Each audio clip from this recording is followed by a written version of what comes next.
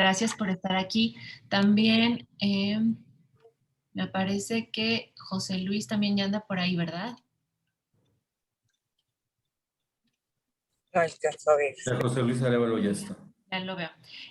Bueno, pues si les parece, damos inicio a este tercer workshop de Alumbra. No me quiero extender mucho, quiero darle la bienvenida a Fernanda de Corazones Mágicos, directora de Corazones Mágicos. El día de hoy ella nos va a exponer sobre el trabajo que hacen ahí y los indicadores que tienen registrados. Ya no comentaré más al respecto. Y bueno, también darle la bienvenida a José Luis Arévalo, este líder de opinión y periodista que nos está acompañando el día de hoy y nos va a permitir hacer más dinámica esta plática. Agradezco mucho a todas y todos los que están presentes. La idea de estos workshops justamente es dar a conocer la maravillosa labor que están haciendo los miembros de Alumbra y pues poder fortalecer estas alianzas. Sin más, le cedo la palabra a Fernanda Lazo. Muchísimas gracias y bienvenida. Vale, muy buenas tardes a todos. Muchísimas gracias por esta invitación. Bueno, yo soy vicepresidenta del patronato de Fundación Vida Plena, que es la fundación que opera el programa de Corazones Mágicos. Voy a compartir una pequeña presentación que vamos a pasar. Me parece que ahí ya la están viendo. Sí, gracias. ¿Es correcto? Sí, gracias. Ok, bueno, fíjense que, bueno, Corazones Mágicos es un programa de vida plena y el objetivo de Corazones Mágicos es abordar la problemática de la violencia sexual infantil. Y bueno, esta frase que la extrajimos de la Declaración de los Derechos del Niño de 1924, que dice, la humanidad debe a los niños lo mejor de sí misma, es un lema que tenemos en Corazones Mágicos porque estamos conscientes que tenemos una deuda histórica con los niños. Y esto, bueno, lo visualizamos desde el tema de que realmente tiene muy poco tiempo, muy poquitos años, que por ley reconocimos a los niños como sujetos de derecho. Y dentro de esta gran deuda histórica tenemos una deuda enorme en los temas de salud mental de los niños. Y justamente Corazones Mágicos se dedica a buscar que los niños que han vivido alguna experiencia de violencia sexual accedan a una buena salud mental y a rehabilitarlos. Entonces, bueno, este es Corazones Mágicos, ¿sí? Como les decía, somos un programa de Fundación Vida Plena. Estamos ubicados en el estado de Querétaro. Iniciamos hace 9 años, acabamos de cumplir 9 años de haber recibido a nuestro primer paciente. Iniciamos actividades el 26 de mayo del 2012. Y bueno, tenemos 4 líneas de acción básicas o 4 componentes dentro de Corazones Mágicos con la intención de tratar de la manera más integral posible esta problemática de la violencia sexual. Y bueno, la primera de nuestras líneas de acción es la rehabilitación. La rehabilitación, ahorita justamente estoy en el centro de rehabilitación, aquí vienen algunas fotos, por ejemplo, aquí abajo vemos una de las fotos de uno de los consultorios. Y bueno, el objetivo de esta línea de acción es atender a niños, niñas y adolescentes que han vivido alguna experiencia de violencia sexual. Y dentro de este centro ofrecemos servicios psicológicos y servicios jurídicos. Dentro de los servicios psicológicos está, por ejemplo, un diagnóstico especializado. Nosotros invertimos cerca de 10 sesiones de trabajo solamente para diagnosticar a los niños. Esto es un proceso individual y el objetivo de este diagnóstico, porque hay que aclarar que nosotros no hacemos peritajes, es un diagnóstico especializado, como les comento, y efectivamente el dicho del niño es muy importante, pero también dentro de este diagnóstico necesitamos observar y ver cuál es la sintomatología que presenta el niño, pues para poder confirmar o descartar el hecho de que haya sufrido algún tipo de violencia sexual. También tenemos, una vez que se confirma el niño sufrió esta violencia sexual, bueno, inicia el proceso de rehabilitación, que también aquí estamos hablando que es un proceso de rehabilitación pues relativamente largo, estamos hablando más o menos de unas 52 sesiones, un año por lo menos que vienen los niños, todo esto depende de la afectación que tenga el niño. Y bueno, pues hay niños que se tardan a lo mejor 3 años, tenemos que trabajar con ellos 3 años, 4 años, unos terminan más pronto el tratamiento, pero lo importante aquí es que el niño que ingrese a Corazones Mágicos sepa que no tenemos un límite de sesiones, que lo importante es que él o ella pueda reducir esta sintomatología, pueda regular esta sintomatología y finalmente, bueno, concluir el proceso de rehabilitación con ellos. También tenemos grupos psicoeducativos para padres de familias de los niños que han vivido violencia sexual infantil. es un evento que impacta mucho en el desarrollo del niño, pero también genera mucho daño en la dinámica familiar, sobre todo, pues retomando esta estadística verdaderamente alarmante de que la gran mayoría de los agresores sexuales son familiares de los niños o personas conocidas de los niños y de las familias con las que hay un vínculo afectivo. Entonces, por eso la importancia de estos grupos psicoeducativos para padres de familia. También tenemos grupos psicoeducativos para los niños, niñas y adolescentes.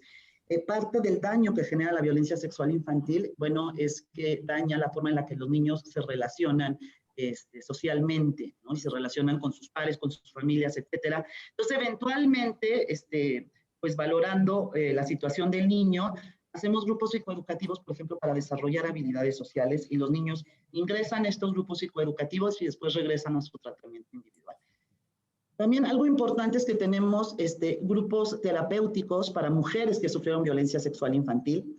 También tenemos un modelo de rehabilitación para adolescentes agresores sexuales, que pues es un tema muy importante porque en la adolescencia todavía podemos incidir en este tema de distorsiones cognitivas, que es lo que hace que estos chavos abusen de niños y de niñas, ¿no? Este programa de rehabilitación para adolescentes agresores sexuales, pues está basado en terapia individual y en terapia grupal.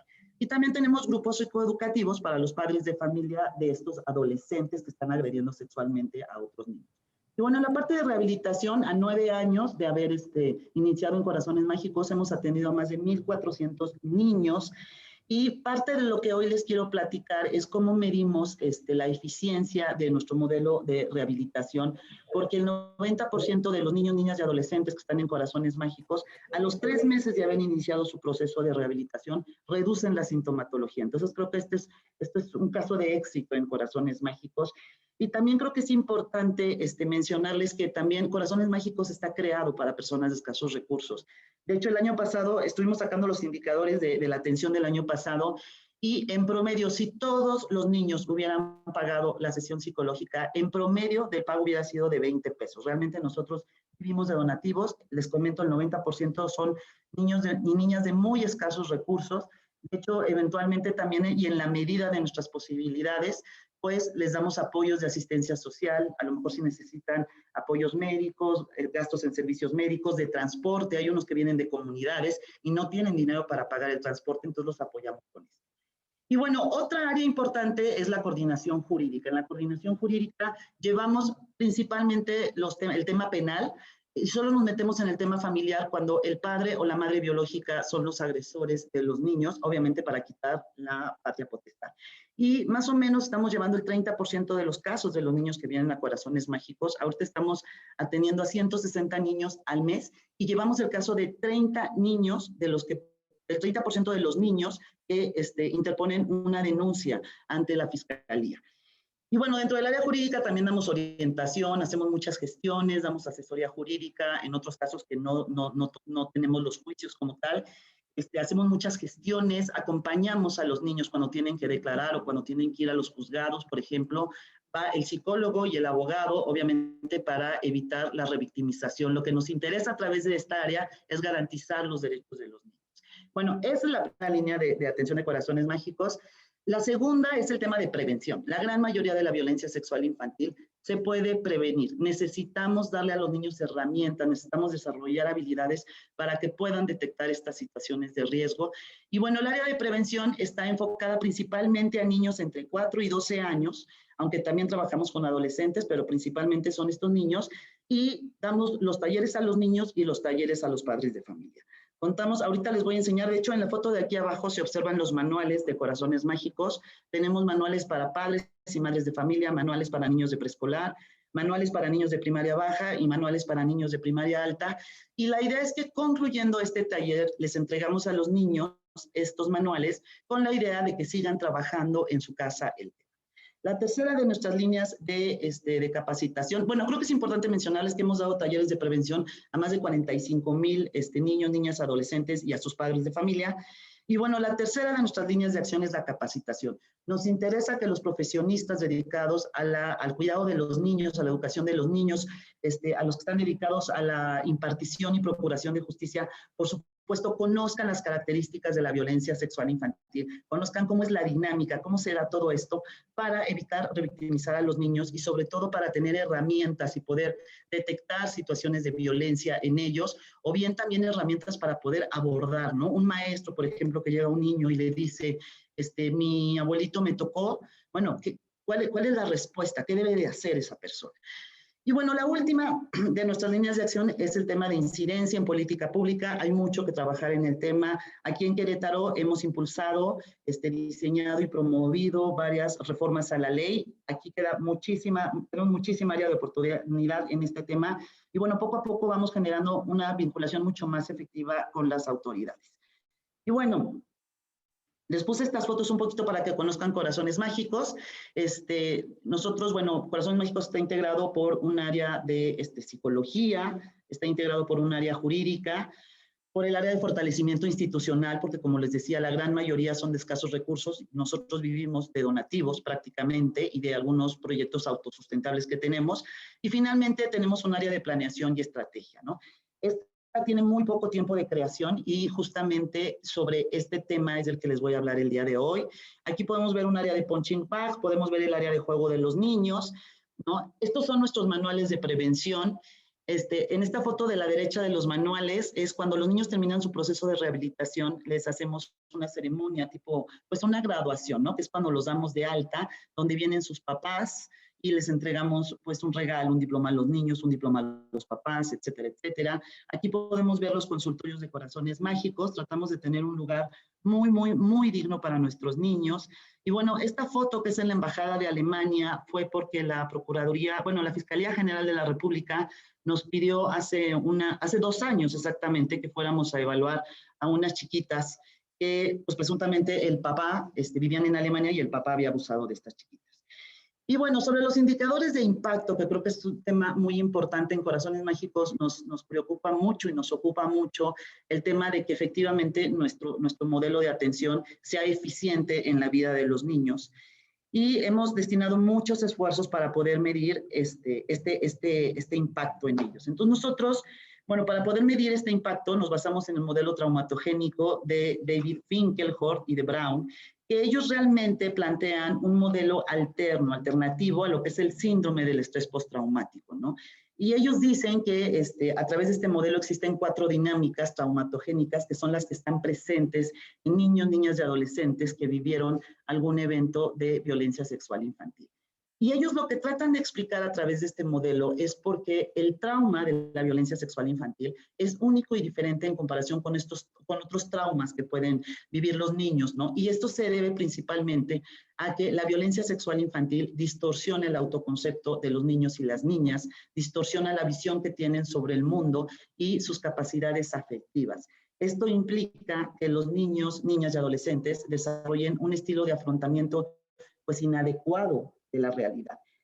Y bueno, Finkelhort y Brown nos hablan de estas 4 dinámicas que son la sexualización traumática, la estigmatización, la traición y el desvalimiento, ¿no? O esta sensación de indefensión de los niños.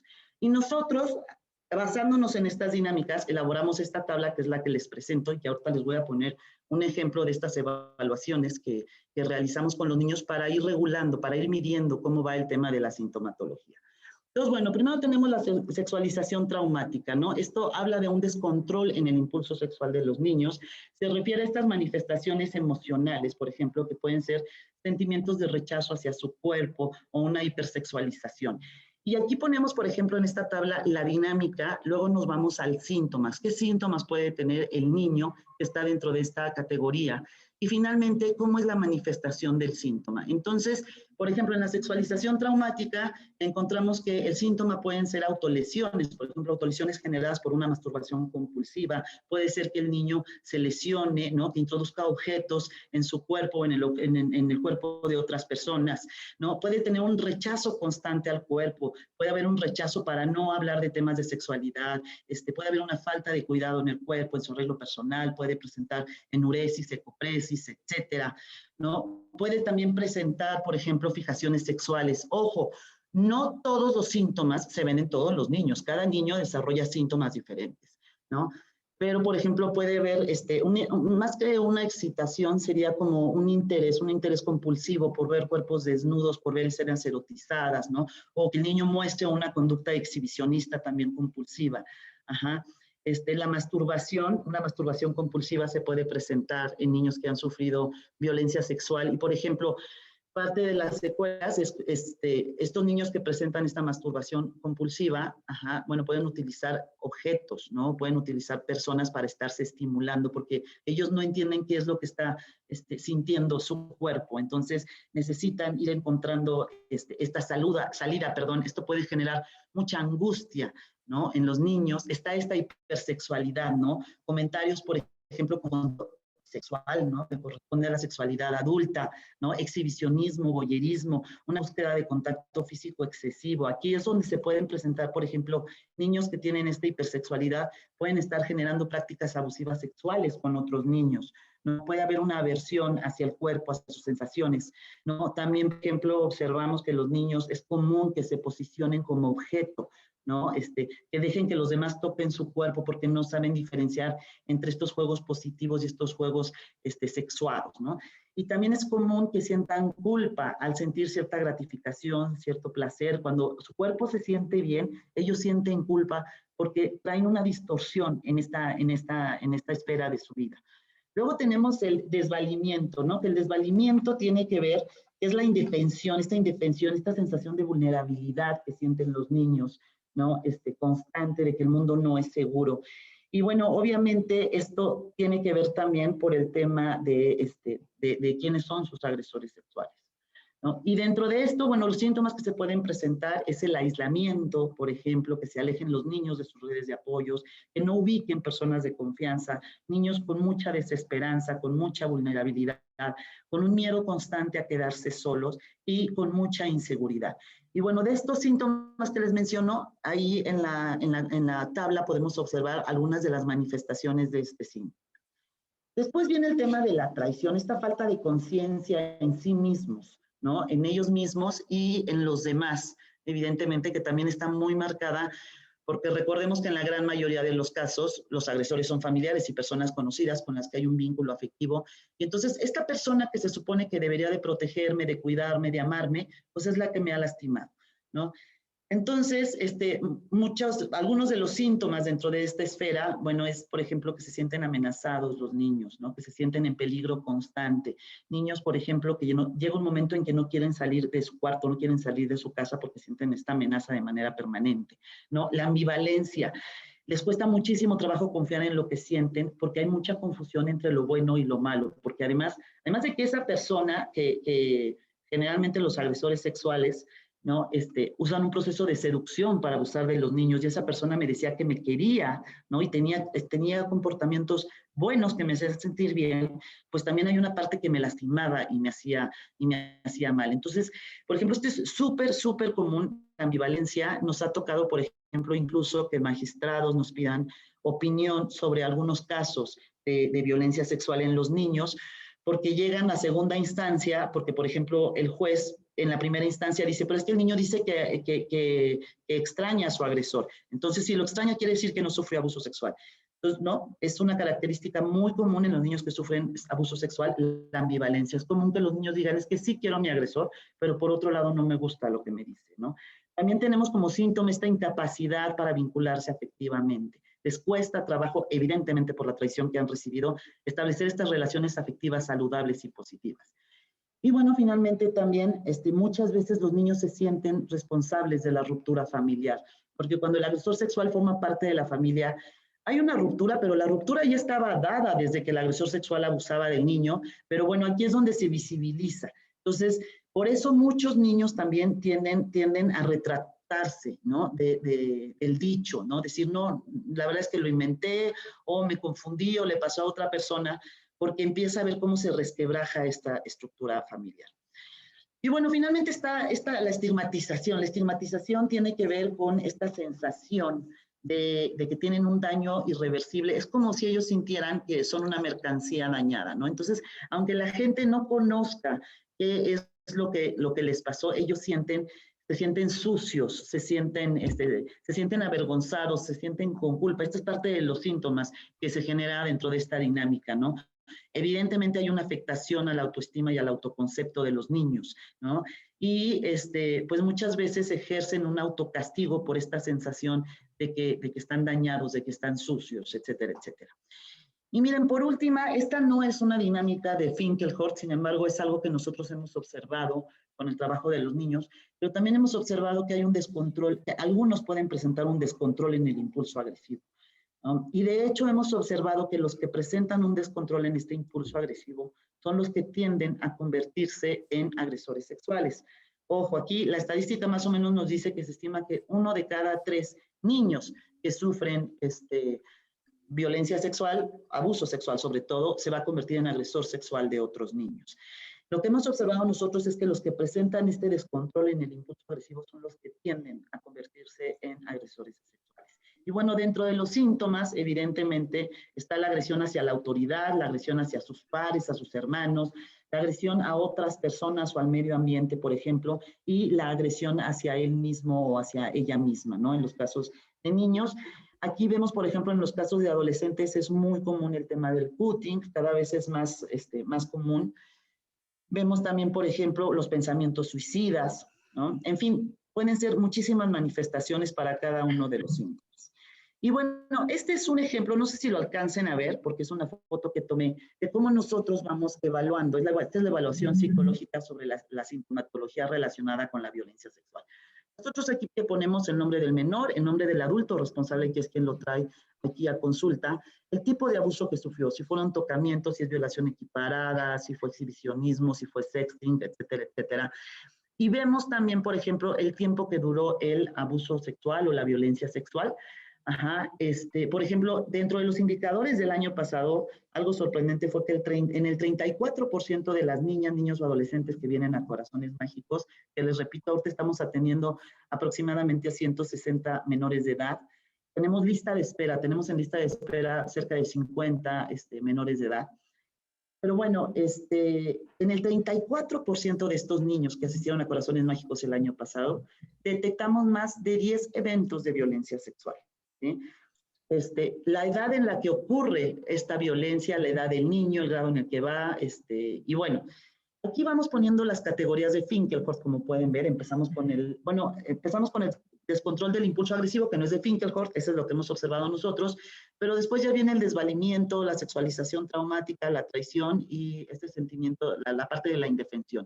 Vamos poniendo la sintomatología que presenta el niño y luego cómo manifiesta el comportamiento.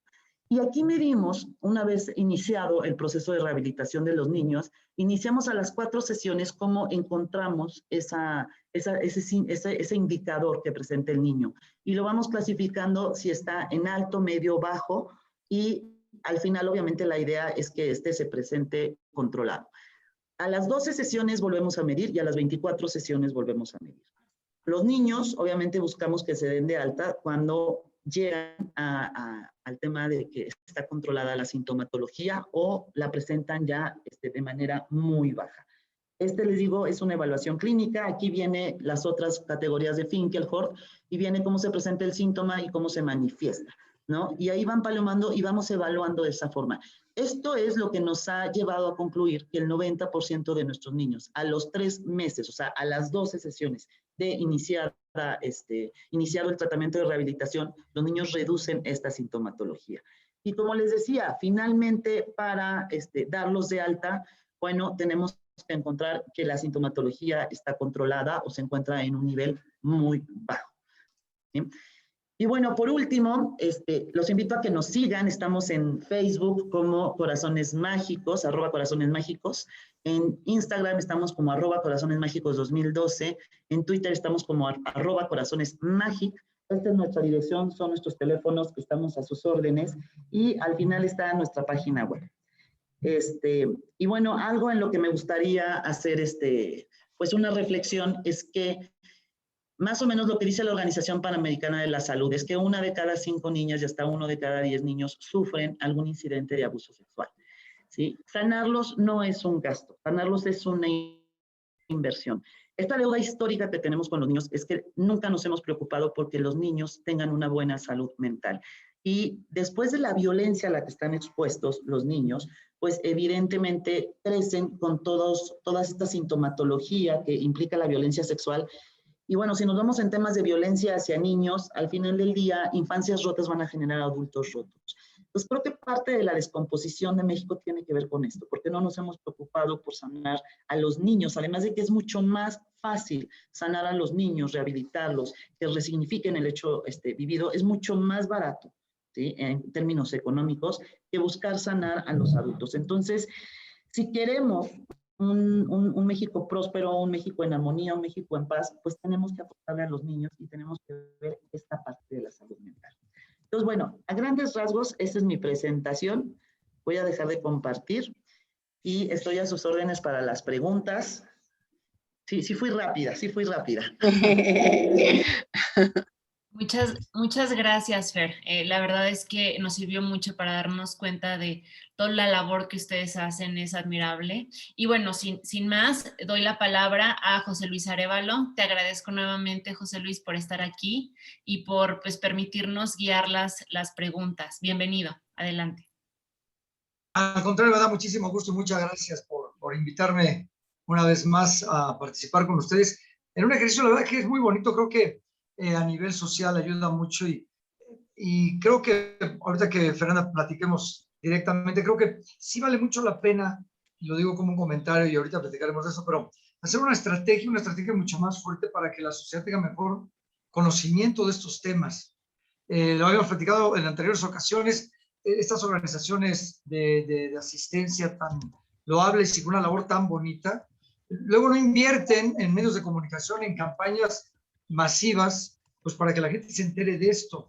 Y luego invierten mucho más los malos que los que hacen una buena labor. Parece que en este país le hacemos, y lo digo en general, hasta el mismo gobierno le hace más caso a los malos, tienen más derecho los que rompen vidrios, pintan paredes, a ellos no los detienen, y aquellos que hacen una labor o hacemos una labor social buena y todo, nos cuesta mucho más trabajo. Entonces, digo, yo sé que tienen que trabajar con muchos recursos y buscar fondos y apoyos, y es muy complicado, pero cuando yo escucho y veo esta presentación, digo, caray, ¿por qué no nos enteramos? ¿No? ¿Por qué la gente se entera o nos enteramos hasta que caemos en un problema de estos? Creo que sería una especie de mensaje, bueno, necesario, y qué bueno que ustedes trabajan en la prevención, pero sí de invertir mucho más en esta parte que es tan importante, ¿no? Dice, oigan, vamos a invertir justamente para prevenir, no que nos enteremos cuando vemos un caso cercano, y decir, oye, tengo que trabajar en esto para evitar que el niño sea agredido. Y eso sí, si tú me quieres comentar algo de esto, Fer, bienvenido al comentario. Pero bueno, además de esto, decía yo hace muy poquito en el noticiero, decía hoy en la mañana en el noticiero, que tenemos, es una cifra muy desafortunada. Se presentó un informe hace muy poquito de las 50 ciudades más peligrosas del mundo. Y de esas 50, 18 son mexicanas. Y las primeras 8 son mexicanas. Luego ya le damos un espacio a, me parece que es en Missouri, no me acuerdo, en Estados Unidos, y luego otra vez México. Y nada más se cuantifican los homicidios dolosos, los secuestros, pero no se cuantifican este tipo de actos de violencia a los niños. ¿Por qué? ¿Qué tenemos que hacer? O sea, ¿qué lugar ocupa dentro de todo este terrible panorama de criminalidad que tenemos en el país este tipo de violencia que también tendría que estar cuantificado y también tendría que llegar a las autoridades locales y sobre todo pues allá al Zócalo capitalino? Claro, José Luis, fíjate que este tema que tocas es bien importante, justo por eso hacía mención que realmente desde el año 2014 me parece que fue cuando reconocimos a los niños como sujetos de derecho. Y el gran problema, ¿sí?, es que hay que permear en la sociedad realmente eso, porque hemos crecido generaciones y generaciones pensando que los niños son objetos que nos pertenecen y que los adultos podemos hacer lo que queramos con ellos. Entonces, aquí viene todo este cambio de que, pues, todo el tema de la violencia familiar tiene relativamente poco tiempo que se reconoce de ser de un problema privado a ser un problema público. Los niños además están mucho más limitados para denunciar. Por ejemplo, en México no tenemos herramientas para la denuncia de los niños, que eso es algo importantísimo que deberían de desarrollar los gobiernos. Tenemos herramientas para que los adultos denuncien, ¿no? No hay campañas para promover la denuncia con los niños. Entonces creo que este es un tema importantísimo, trascendente, creo que es parte de la incidencia pública en la que tenemos que empujar pues todo el grupo de instituciones que estamos aquí con Alumbra, ¿no? Y que realmente no son tan costosas, pero creo que el principal problema tiene que ver con la educación que tenemos, que no acabamos de reconocer a los niños como sujetos de derechos. Pensamos que todavía nos pertenecen. Y justamente la violencia sexual, sobre todo en el caso específico del abuso sexual infantil, en términos de salud, no en términos jurídicos, tiene que ver con esto, porque es más bien es un tema de poder. El agresor sexual utiliza el poder para abusar al niño. Tiene que ver más con esto, ¿me explicó? Entonces, creo que definitivamente pues tenemos que cambiar, nos tenemos que poner pilas en el tema de educación, ¿no? Tenemos que incidir muchísimo en las familias para que reconozcamos a los niños como sujetos de derechos y también darles estas herramientas, o sea, a nivel social, colocar estas herramientas donde ellos puedan participar, puedan denunciar, puedan expresarse, ¿no? Creo que esa es una parte importantísima. Sí. Voy a preguntar una obviedad, Fernanda, porque me queda claro, pero ¿por qué es tan importante trabajar en pequeñitos de 7, 8 años o menos, justamente en este tema de la prevención? Sí, fíjate que nosotros en temas de prevención trabajamos a partir de los 4 años de edad con los niños. Es importantísimo justamente para esto, para darles herramientas a los niños, ¿sí? Y desarrollar habilidades para que puedan detectar situaciones de riesgo. ¿Qué pasa con nuestra educación? La educación, sí, les enseñamos a los niños de cuídate de los extraños, ¿no? Y les enseñamos a detectar perfectamente bien al borrachito, al marihuano, al drogadito, a los extraños. El problema es que no nada más la violencia sexual infantil. Cualquier forma de violencia para los niños, el principal agresor está dentro de la familia. Además, los niños, pues sin temor a equivocarme, yo creo que es el grupo que más violencia recibe. ¿Por qué? Porque al niño lo agreden los hermanos más grandes, los primos más grandes, los tíos, los abuelos, los papás, etcétera, ¿no? A diferencia, por ejemplo, de una mujer adulta, ¿sí? Que a lo mejor la agrede la pareja o, bueno, hay un tema importante de acoso en las calles, ¿no? Por ejemplo, o en la escuela, pero es mucho más reducido quienes pueden agredir a esa mujer adulta, por poner un ejemplo. En el caso de los niños, no es así. Entonces, la prevención es importantísimo, ¿sí? Los niños, nosotros les hemos enseñado muy bien a detectar este riesgo con las personas extrañas, ¿sí? Y con los borrachitos. O sea, los niños ven un borrachito y se pasan del otro lado. Es que está muy feo ese señor. Ajá. Pero no les hemos dado las herramientas, no hemos desarrollado habilidades en ellos, habilidades sociales, cognitivas, emocionales, para que sepan detectar y sepan reconocer cuando algo les está incomodando o algo les está generando miedo. Aquí es donde el niño debe de parar eso y buscar ayuda y salir corriendo, evidentemente. Hay que recordar que, por ejemplo, los agresores sexuales generalmente buscan a niños aislados, a niños con baja autoestima, con carencias afectivas. ¿Por qué? Porque son los niños que son mucho más fácil de agredir y de entramparlos en esta dinámica de seducción que se da en la gran mayoría de los casos del abuso sexual infantil en específico. Entonces, necesitamos darles estas herramientas para que cuando el niño sienta miedo, cuando sienta incomodidad, porque la abuela o el abuelo lo está tocando de una manera que no debe de ser, ¿sí? Diga que no y pida ayuda. Entonces, la prevención es importantísima. Yo creo que este es un tema de reflexión en general, porque también la prevención tiene muy pocas décadas que entró a México. Antes no preveníamos nada. Somos un país muy poco preventivo. Tenemos muy poco tiempo de haber iniciado la prevención. Y bueno, en el caso de la violencia sexual y de cualquier forma de violencia hacia los niños, tenemos que darles estas herramientas y desarrollar estas habilidades para que puedan poner un alto y busquen ayuda. Ajá. Voy a preguntarte algo que ya en anteriores ocasiones tuve la oportunidad de platicar con el gran equipo de Alumbra. Y tú mencionas ahorita, bueno, la violencia en la casa, los niños son susceptibles a tocamientos, etcétera.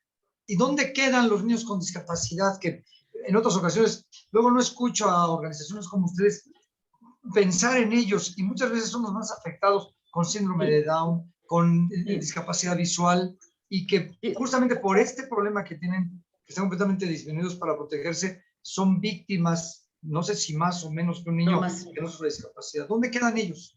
Sí, fíjate que de hecho se estima que los niños con discapacidad tienen 5 veces más probabilidades de sufrir algún evento de violencia sexual que los niños sin discapacidad. Ahora, desgraciadamente, pues no contamos con los recursos que necesitamos, porque realmente para atender a niños con discapacidad necesitaríamos terapeutas especializados en discapacidad y en abuso sexual infantil. Entonces, o en violencia sexual infantil. Entonces, nosotros la verdad no podemos atender algunas discapacidades físicas, por ejemplo, visuales, Ajá. A lo mejor alguna discapacidad en la parte motriz también la podemos atender, siempre y cuando cognitivamente el niño esté dentro de los parámetros de normalidad. Pero niños con alguna discapacidad intelectual es complicado. Dentro del programa de prevención sí tenemos desarrollado un modelo de prevención para niños con discapacidad cognitiva leve y moderada. Pero en la parte de rehabilitación hemos atendido muy pocos casos de niños porque también necesitamos otros especialistas y al final la demanda, pues es más de niños sin discapacidad.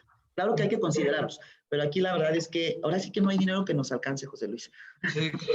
Ahora, platicamos, hablamos mucho de los papás, hablamos mucho de la prevención, y me imagino que tienen casos de éxito ustedes, no estén en las cifras, pero ¿qué es lo que les dicen estos niños que se han recuperado, que ya lograron superar de cierta forma esta violencia que han sufrido? Y cuando ustedes como fundación platican con ellos, ¿qué les dicen estos niños?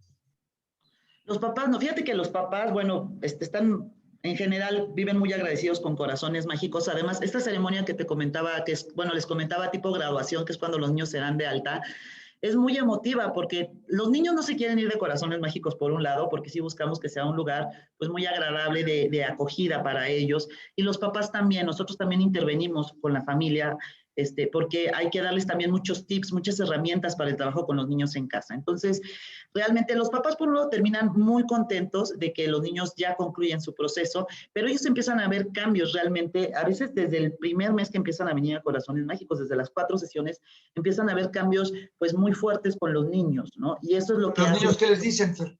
Ustedes saben qué opinión tiene un niño no se que quieren ha ir, sido de alta.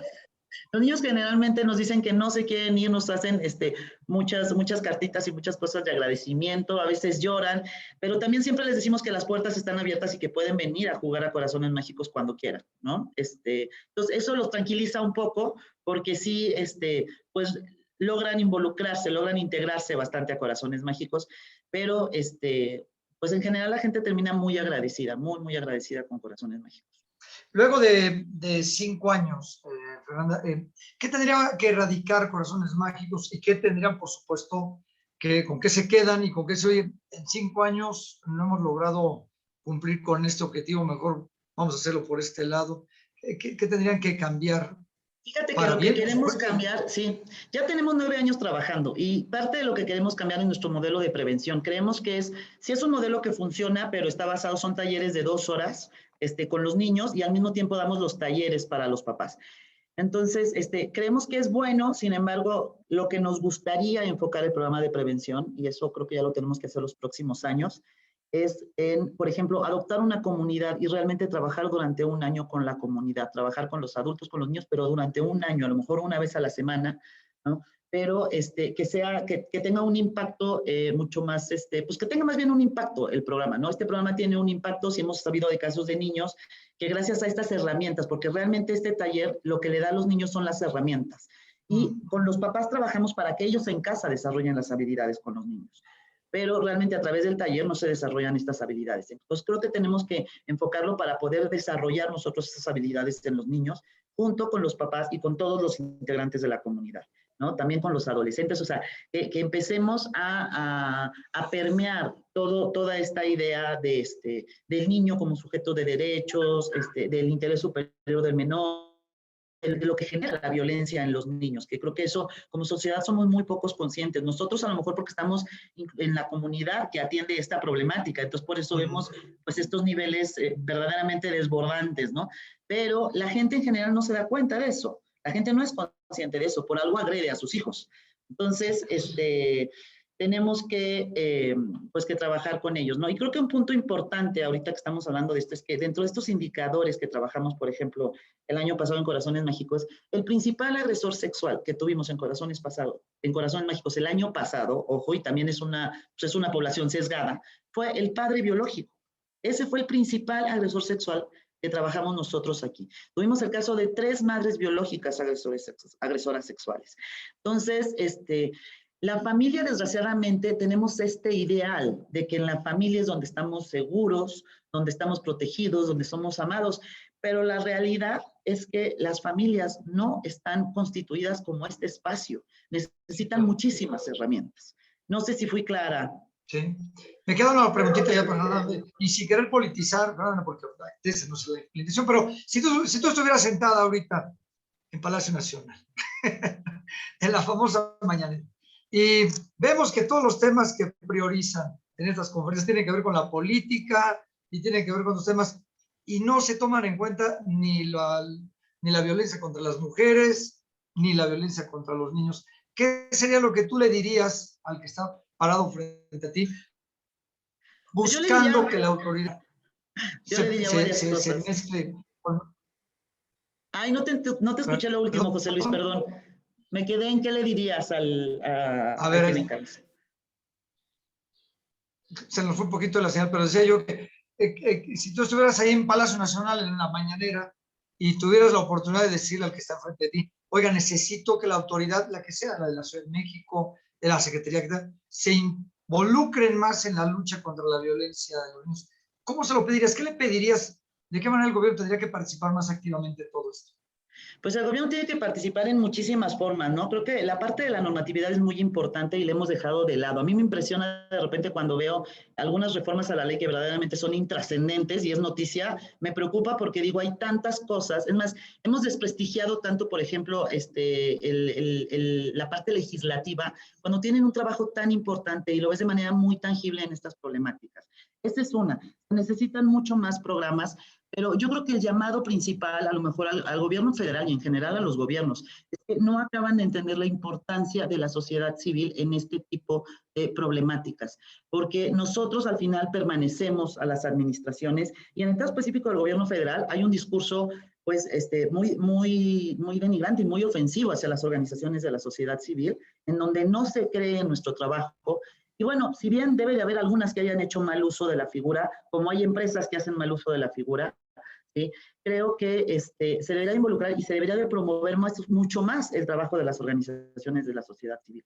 Por supuesto, a los gobiernos, pues, ¿qué les recomendaría? Creo que desde la parte del Ejecutivo, ¿sí? Se necesita implementar centros. A mí me encantaría que en cada municipio del país hubiera un centro de rehabilitación para niños que han sufrido violencia sexual, pero es demasiado específico. A lo mejor un centro, bueno, en cada estado que hubiera como una especie de, así como existen los centros de justicia para las mujeres, debería de haber centros de justicia especializados en niños, que solo atendieran a niños víctimas, que han sido víctimas de delito o que han sido testigos de delito, ¿no? Entonces, dentro de la parte del Ejecutivo, creo que eso es algo importantísimo que no se ha hecho.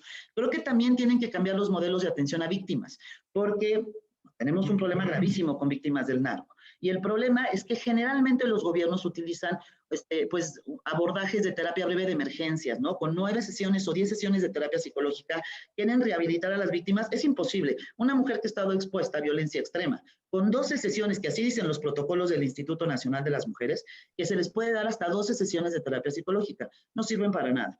En el caso de los niños, bueno, ni siquiera están considerados los niños, pero un niño que sufre violencia sexual, ¿sí? Con 10 sesiones, 9 sesiones, no va a servir. La terapia breve de emergencia es muy útil para niños o personas que han vivido un trauma e inmediatamente se interviene con contención emocional y se canaliza este abordaje. Pero si no, no sirve. Entonces necesitan cambiar sus modelos de atención a víctimas, y no nada más de niños, les digo, de la población en general, ¿no? En la parte del Poder Judicial creo que hay un área de oportunidad impresionante, que lo mismo pasa en las fiscalías o en las procuradurías de los estados. Ajá. Que como no conocen la problemática, se confunden mucho y revictimizan a los niños, ¿no? Entonces nosotros hemos tenido casos, por ejemplo, de niños que reportan que el agresor sexual los expuso a contactos bucogenitales, ¿no? Y llegamos a la fiscalía y les quieren hacer un examen ginecológico a las niñas. Por eso hacemos los acompañamientos, porque ahí intervenimos. ¿Y por qué le quieres hacer un examen ginecológico si la niña no reporta introducción vía vaginal, ¿no? O un examen proctológico a un niño. ¿Por qué si el niño no está reportando alguna introducción vía anal? La verdad es que en los tres poderes, desde los tres poderes y en cualquier ámbito, desde el municipal, ¿sí?, hasta el federal, se tiene que hacer muchísimas cosas. Y tenemos que entender algo, ¿sí? Si nosotros no sanamos a los niños, si la población no tiene acceso a una buena salud mental, no vamos a tener una sociedad en paz, ni una sociedad armoniosa, ni una sociedad comprometida. Entonces, la verdad es que la tarea con los gobiernos es enorme. No sé si es claro. Hay muchos mensajes, y hay varias personas que están escribiendo que no se debería utilizar el término rehabilitación en casos de abuso sexual. Lo están poniendo ahí algunos de los mensajes. Hay que agradecerle. Voy a leer, si me permite, Fernanda, y todos, Claro que sí. algunos mensajes que han llegado por Facebook. Dice la psicóloga Ivonne Rodríguez: esta información la deben tener los ministerios públicos y los psicólogos en los ministerios públicos, los abogados, etcétera. Es muy importante para la toma de decisiones a nivel jurídico. Javier Jaramillo en Facebook escribió: excelente presentación. Él es profesional de sistematización del proyecto La magia de jugar es sanar, Fundación de Atención a la Niñez, Unidad de Niñez, Secretaría de Inclusión Social en Alcaldía de Medellín. Ivonne Ramírez en Facebook escribió: muchas veces se tarda mucho tiempo en la detección y aceptación del abuso sexual. ¿Qué será necesario hacer para que puedan reconocer, aceptar y buscar ayuda? Muchas veces hay miedo o ignorancia. También una psicóloga señaló: exactamente, las campañas son importantes para los niños. En la SEP tenían un programa de intervención colocando buzones para que de forma anónima pudieran denunciar. Desafortunadamente ese proyecto no le dieron seguimiento. Cabe mencionar que en la adolescencia es donde se da un significado el cerebro al evento que ocurrió en la infancia. Por ello la mayoría de las denuncias ocurren después de años. Pues hay muchos mensajes, la verdad que qué bonito tema. Creo que si valieran orden a lo contrario, no sé si quieran que sigamos preguntando, o bueno, yo quisiera concluir. Bueno, estos temas no merecen una conclusión. Yo ¿no? Del lado de las fundaciones hay un llamado, un mensaje para que ustedes hagan todo lo posible por darse a conocer. No te escucho, José Luis. No es, yo trabajo para los medios, no es de que aporten en general los medios de comunicación, pero sí pensar que los medios son de comunicación para darlos a conocer y la gente para poder asistir a ustedes y reciban el apoyo. Y en parte de la familia, bueno,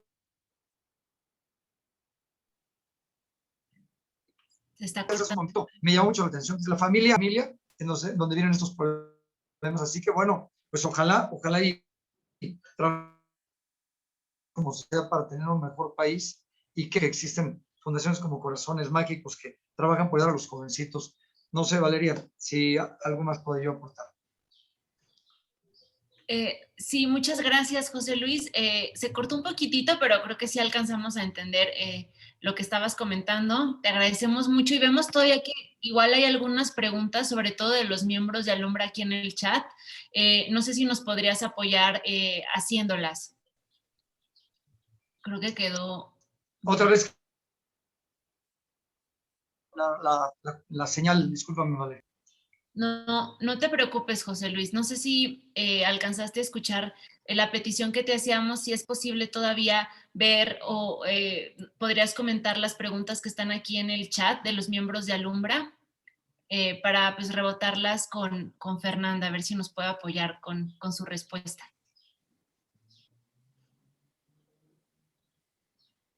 ¿Quieren que yo las lea? Sí, a ver, algunas de ellas para que Fernanda nos apoye. Se está cortando un poquito. Por favor. Claro que sí.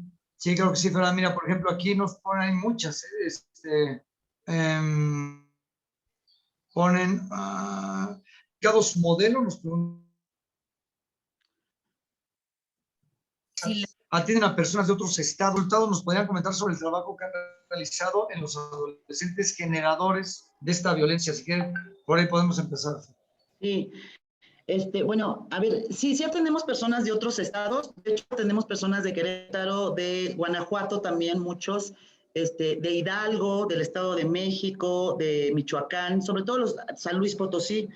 Pero la gran mayoría, el 95% de nuestros beneficiarios y beneficiarias son personas que viven en el estado de Querétaro, ¿no? Aquí hay que recordar también que el tema es que la distancia al final es un factor importante para la deserción en el tratamiento. Entonces, pues tratamos de concientizarlos mucho en este sentido, ¿no? Del resultado del modelo de rehabilitación con adolescentes agresores sexuales, la verdad es que nos va bastante bien. El año pasado, por ejemplo, atendimos a me parece que fueron 34, 35 adolescentes agresores sexuales, y de ellos se logró pues concluir el tratamiento. Durante el tratamiento solamente 2 de ellos pues reincidieron en la conducta. evidentemente, y bueno, siguen trabajando y bueno, les damos un seguimiento. Entonces también tenemos una evaluación parecida a esta que trabajamos con niños, niñas y adolescentes que han sufrido violencia sexual. Tenemos también una muy parecida con adolescentes agresores sexuales. Pregunta Valeria González, ¿de qué forma podemos apoyarte los demás miembros de la comunidad Alumbra? De muchísimas formas. Creo que la parte de la difusión es muy importante, que la hacen muy bien. Creo el otro día hablaba, por ejemplo, con Abraham y le decía, creo que urge en el tema de nuestra comunidad generar ya una red a nivel nacional, ¿no? Que en conjunto podamos promover, pues muy parecido a lo que estamos haciendo Alumbra, pero darle como más formalidad, ¿no? Y poder promover muchas iniciativas, reformas de ley, y yo creo que para casos muy específicos como poner cierta atención para impulsar y lograr generar política pública, ¿no? En el caso de los miembros de Alumbra, bueno, pues los invitamos a nuestras capacitaciones, ¿no? Si quieren también o si conocen personas que quieran donar, creo que los que trabajamos en este tema generamos un impacto social positivo, que eso es muy importante y eso es lo que ahorita necesita el país. Entonces, por eso hace un ratito mencionaba que sanar a estos niños no es un gasto, es una inversión. Creo que tenemos que empezar a cambiar, por ejemplo, este lenguaje y dejar de vernos a las organizaciones de la sociedad civil como las instituciones de la caridad, ¿no? Creo que somos muchas, manejamos un tema por responsabilidad social, ¿no? Y eso es lo que debemos de empezar a cambiar y a modificar este pensamiento en la población, porque México es de los países que todo lo que tiene que ver con filantropía y todo lo que tiene que ver con este sector genera menos porcentaje dentro del Producto Interno Bruto. Es increíble que haya países, como en África, por ejemplo, que tengan mucho más participación. Entonces, creo que también esa parte es muy importante desde Alumbra, ¿no? Pues realmente muchísimas cosas más nos pueden apoyar.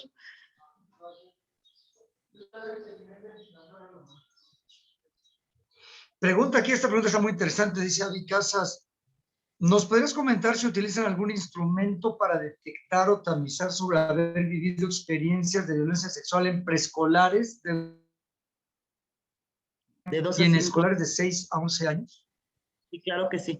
De hecho, miren, les voy a presentar a Ana. Ana está aquí presente. Ana es psicóloga de Corazones Mágicos y me gustaría que Ana contestara esta pregunta como parte del equipo de psicólogos de Corazones Mágicos. Hola, mucho gusto a todos, un saludo. Y bueno, respondiendo a la pregunta que hace Abby, como tenemos un diagnóstico especializado, nos basamos más en la cuestión del juego, de ver dentro del juego del niño las alteraciones o la sintomatología que pueda presentar. En el caso de preescolares, sabemos que no hay pruebas proyectivas o psicométricas que se puedan utilizar por la edad en la que tienen. Entonces, el juego es una muy buena herramienta. Otra de las herramientas que utilizamos es mucho la narrativa.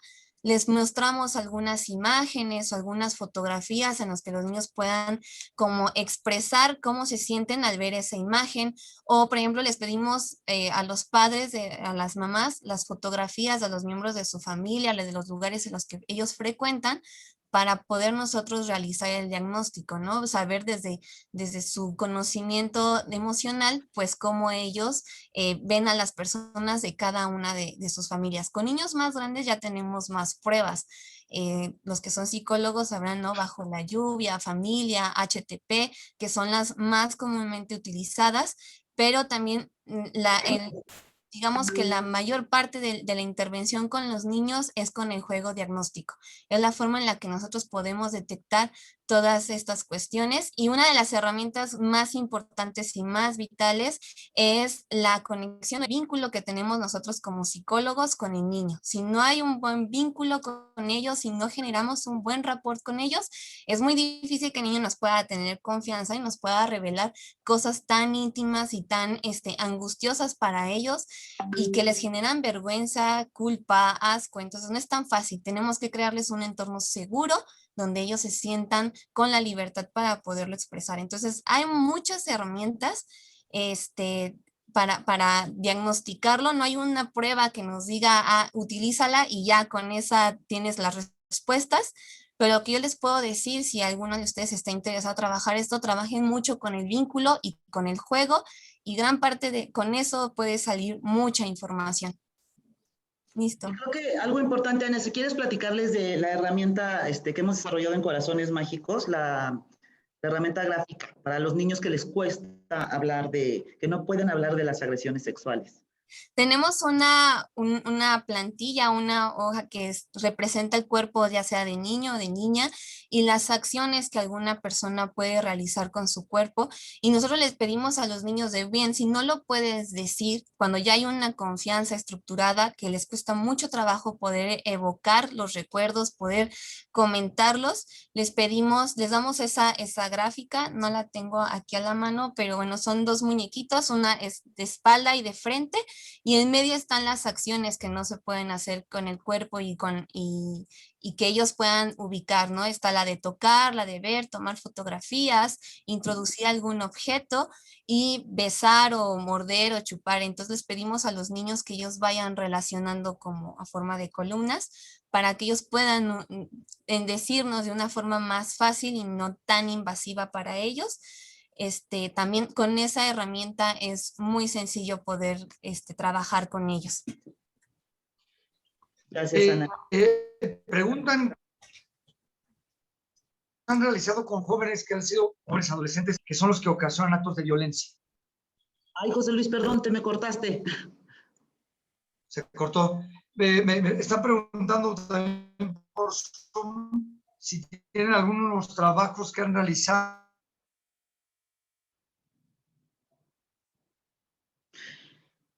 Si quieren, yo tomo ahorita tantito la palabra y quería hacerte esta pregunta que hizo Sandy Poiré en los comentarios. Nos decía que cómo podemos canalizar casos que detectemos en los proyectos que las organizaciones de Alumbra, por ejemplo, ellos que son Save the Children, reciben, ¿no? O sea, escuchamos por ahí que hay lista de espera y que pues se enfocan especialmente en niñas, niños que están en Querétaro. Pero, ¿qué nos puedes decir sobre esto, Fernanda? No, realmente, si tienen un caso, por supuesto, llamando a Corazones Mágicos, ahorita si quieren les doy los teléfonos o los ponemos en el chat, pero es llamando, les digo, a Corazones Mágicos para sacar la cita, la primera entrevista, que es con los papás o con los adultos responsables de los niños, para poder ahí aplicar ciertos criterios, ¿no? De cómo fue que sucedieron los hechos, etcétera, y ya posteriormente ingresa el niño al proceso diagnóstico. Entonces, sería a través por teléfono, sería a través por teléfono. O nos pueden contactar también vía inbox. Ok, perfecto. ¿Vale? Muchas gracias. Pues voy a seguir porque no veo a José Luis todavía por ahí. Me parece que tiene todavía problemas, pero aquí Laura Martínez de Adivac nos dice de qué manera podemos propiciar el autoempoderamiento de niñas y niños. Esto sobre todo surgió, me fijé más o menos en los tiempos, de los comentarios que tú decías, ¿no? Que a veces, pues evidentemente ellas y ellos requieren mucho del apoyo de organizaciones de la sociedad civil, pero a la vez, ¿qué podemos hacer para que ellos se autoempoderen? Pues realmente el empoderamiento de los niños, en el caso específico de los niños, lo trabajamos evidentemente a través del espacio terapéutico. No, sí, veía aquí el comentario de Laura, obviamente no queremos generar una dependencia de los beneficiarios hacia Corazones Mágicos, de los usuarios de Corazones Mágicos, por muchísimas cosas, ¿no? Porque al final del día vivieron una problemática y lo que necesitan es desarrollar ellos todas estas habilidades para que puedan, pues llevar su vida de manera autónoma e independiente, ¿no? Entonces, por eso también tenemos el trabajo de la intervención familiar. O sea, sí evitamos el tema de los paternalismos en Corazones Mágicos. Entonces, pues vamos poniendo muchos lineamientos de trabajo con los papás. Esta parte es muy importante, la retroalimentación que tienen los psicólogos o el trabajo de los psicólogos con los papás de los niños, ¿no? Para que puedan trabajar la problemática en casa, ¿no? Y para que puedan, evidentemente, estar pues, promoviendo todo este autoempoderamiento de los niños y de ellos como papás también, ¿no? Porque también vemos, pues, también a veces hay muchas características de dependencia. Perfecto, muchas gracias, Fer. Aquí tengo otra también ¿han replicado su modelo? ¿Se puede replicar? Sí se puede replicar, no lo hemos replicado, pero sí se puede replicar, y estamos abiertos, por supuesto, a replicarlo. Aquí la cuestión es que nos han hablado de muchos estados para replicar el modelo, pero necesitamos, o sea, si quieren replicar el modelo, implica sí el modelo de rehabilitación, pero también se tienen que hacer cargo de la parte de fortalecimiento institucional y de recaudación de fondos y todo eso, ¿no? Y ahí es donde pues las personas dicen, no, pero ustedes manténganlo, entonces pues ahí sí, pues necesitamos ir evaluando también la capacidad de crecimiento de Corazones Mágicos. Para nosotros, la calidad del servicio es sumamente importante, ¿no? Entonces, no podemos estirar con tal de dar más. Muchas veces me dicen, ¿por qué no metes a los niños en grupos terapéuticos o diagnosticas a los niños en grupo, por ejemplo, ¿no? Y creemos que no, que el trabajo tiene que ser individual, porque cada niño vive la violencia sexual de manera muy distinta, cada uno trae una sintomatología. Entonces, no se trata de atender por atender a miles de niños. Me encantaría tener la capacidad, porque se necesita, sino que se trata de los que están, ¿no? Que es lo que siempre trabajo con los psicólogos. Podemos atender a 160 niños al mes, eso vamos a atender hasta que podamos ingresar a otro nuevo psicólogo. El equipo de la coordinación de psicología está conformada por 5 psicólogos y creo que también algo importante de nuestro modelo de atención y que vale la pena mencionar es que son psicólogos contratados por la institución. Claro que hay muchísimos psicólogos que llegan y me dicen, yo te doy un día gratis, psicólogos que acaban de salir de la universidad, que no tienen ningún tipo de experiencia, y tenemos que entender que la problemática es muy compleja y que no podemos exponer a los niños a una mala intervención psicoterapéutica, ¿no? Entonces, en eso todos los psicólogos se rigen bajo ciertos lineamientos institucionales, bajo este tipo de, por ejemplo, de evaluaciones clínicas que hacemos, hablamos el mismo lenguaje. Entonces, creo que eso es algo que, pues, tiene cierto plus, ¿no? Sobre todo tiene un plus en la vida de los niños, ¿no? Y eso es lo que nos interesa en Corazones Mágicos. Muchas gracias, Fer. Y sí, pues definitivamente el reto del financiamiento siempre está ahí, ¿no? Para poder replicar cualquier cosa. Sí. Aquí Cándido Pérez nos pregunta, ¿cuál de sus servicios recibe una mayor demanda? ¿Será el apoyo psicológico? Y yo aquí... Sí, la rehabilitación. ¿Perdón? La rehabilitación es la que más demanda. La verdad es que también hay temas en que quisiéramos involucrarnos más, como en el tema por ejemplo, de incidencia en política pública, pero estamos rebasados con la cuestión de rehabilitación de los niños. Y al final hay que recordar que la rehabilitación de los niños es una forma de prevención, o sea, estamos hablando de una prevención secundaria, es cuando ya los niños vivieron el evento y hay que atenderlos, ¿no? Y en el momento en que lo verbalizan, pues están evitando futuras situaciones de violencia sexual y también se está señalando al agresor sexual. Que los agresores sexuales estén en las cárceles, eso es lo que debe de ser también para proteger a otros niños. Hay que recordar que el agresor sexual está abusando o está agrediendo sexualmente a muchos niños. No es que un día se le ocurrió abusar de un niño y ya, siempre está abusando de otros niños, ¿no? Totalmente de acuerdo. Y bueno, ya para cerrar, también pondré aquí el último comentario de Sandra Rivera, o Nigeria Rivera, como también la conocemos. Ella nos platica que está en Durango y pertenece a este centro de justicia para niñas, niños y adolescentes.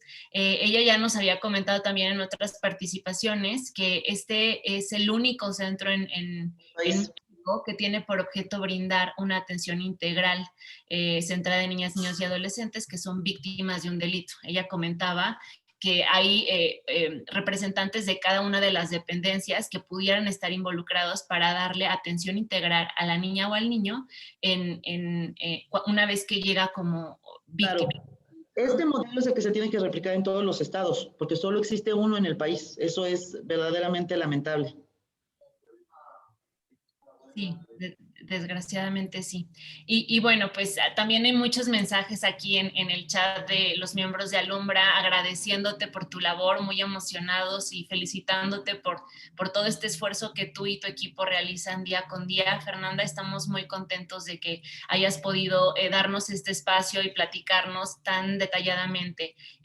Pues sin más por el momento, no sé si tú quisieras hacer un comentario y pues por mi parte agradecerle a todas y a todos los miembros que están aquí presentes, que se han reunido con nosotros todos estos viernes e invitarlos también al próximo, el de la siguiente semana, que va a estar Juconi. No, vale, pues agradecerles de verdad muchísimo a todos, bueno, agradecerles su invitación, la verdad este trabajo que desarrollan ahí en Alumbra, ¿no? Para mantenernos unidos y para estar, pues generando nuevas herramientas para atender la problemática, agradecerles la invitación a este espacio y bueno, reiterarles que estoy a la orden para cualquier situación al respecto.